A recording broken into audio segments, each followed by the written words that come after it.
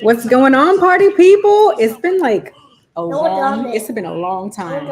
Okay, judging pun judging over here. I am alive. Nobody can. Anyway, colorful. So I wanted to come on here and talk about energy because these last couple months I have truly started honing in on protecting my energy. And people don't understand how important protecting your energy is.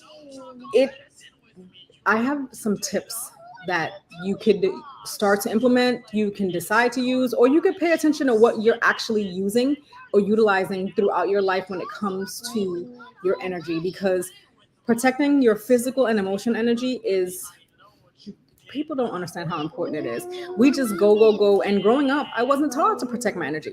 I just showed up, right? Like, you just go about your day and you just do what you do. But nowadays, as I learn more,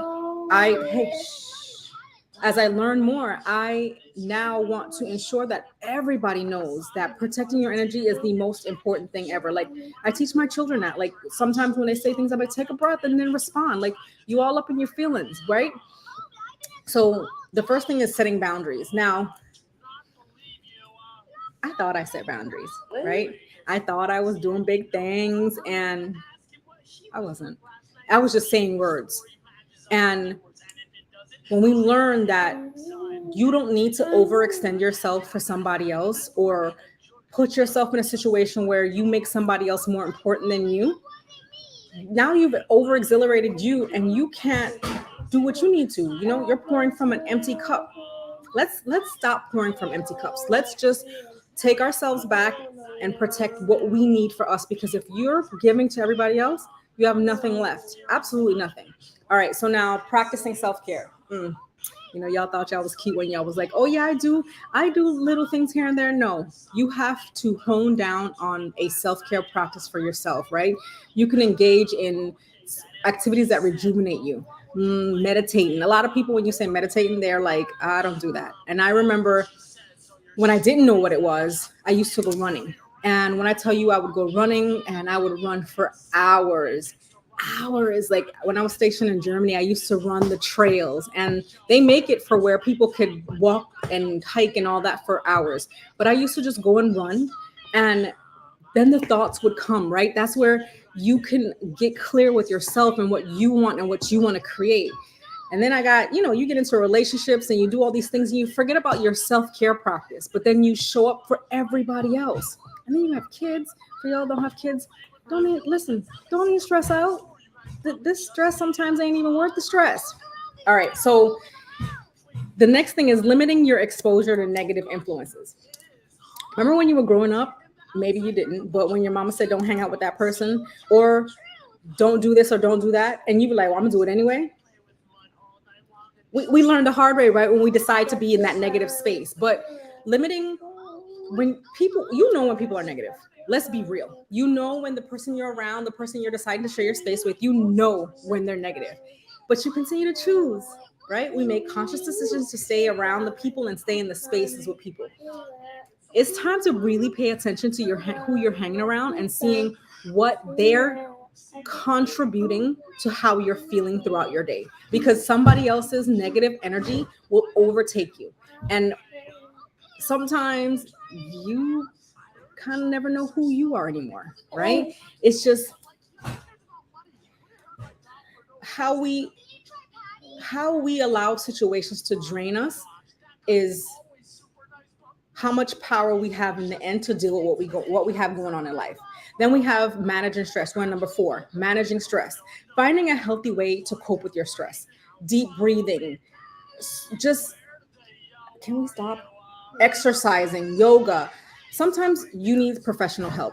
And what I believe is becoming the master at breathing. Like, you are so powerful that if you just stopped, don't respond, take a breath, and see if you feel the same way after you've taken a deep breath, then respond. And if sometimes that situation don't need a response. And that's our problem. We spend so much time looking for a response, waiting to respond, collecting them details to respond, right?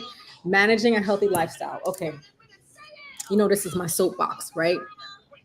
Drinking your water, making sure you're eating right, regularly exercising, just all those things, those natural things that you can do for yourself that doesn't, I mean, eating healthy costs money, but ask yourself, would you want to pay a doctor's bill or or would you want to eat right and alleviate that doctor's bill? Because a lot of people, you know, everybody, what kills me is when people say they'll just take a pill so they can eat that food.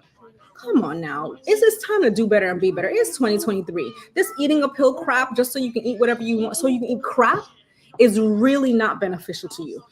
But you'll learn the hard way when things don't start to get right? Or you continuing to stay on those pills.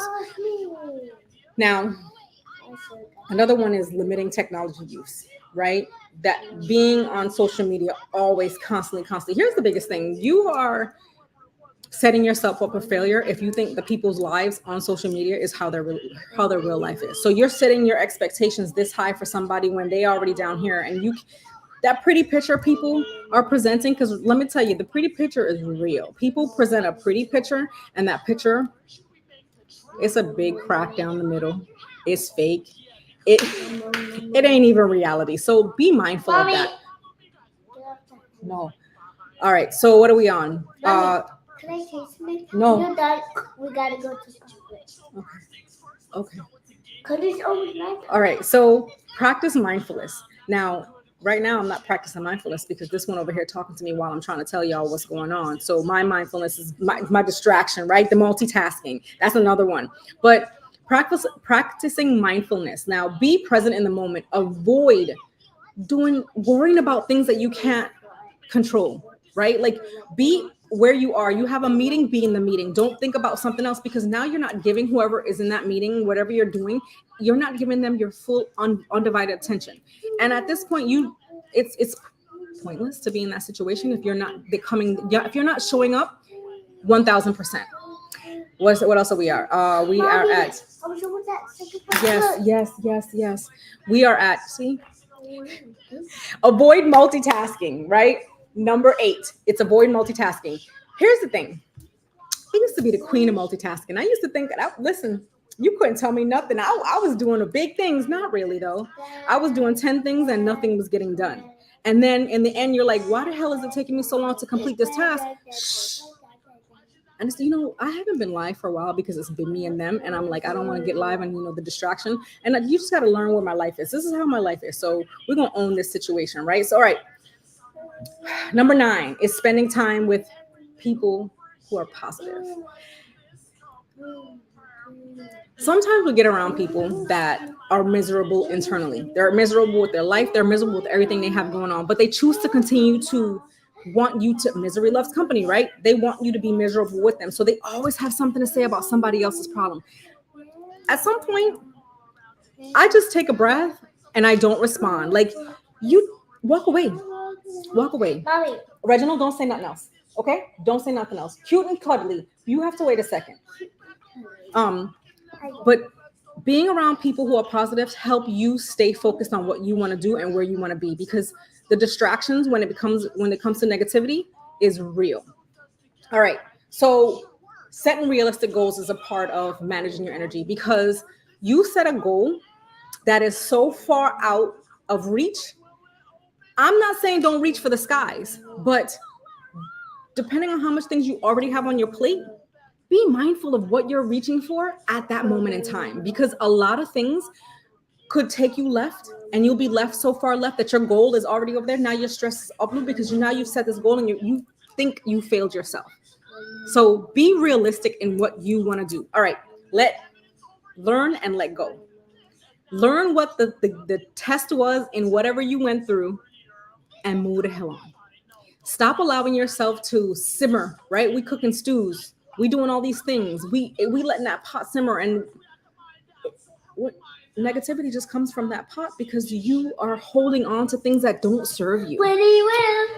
The last thing is seeking support. Yeah. Reginald, please stop now. Seeking support. Here's the deal. Sometimes the things that you're going through will overwhelm you if you allow them to. And remember, we create overwhelm. We allow overwhelm to overtake us, and we sit in that space of overwhelm.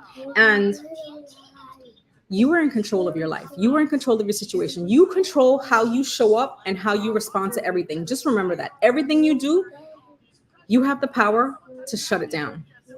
Well, that's my stuff, my topics. It was 12. I just hope that this helps somebody else realize something needs to change. And what I'll do is I'll put a post under here. Stop. I'll put a post underneath here to list them so you can remember what they were. I hope you guys have an amazing rest of your day.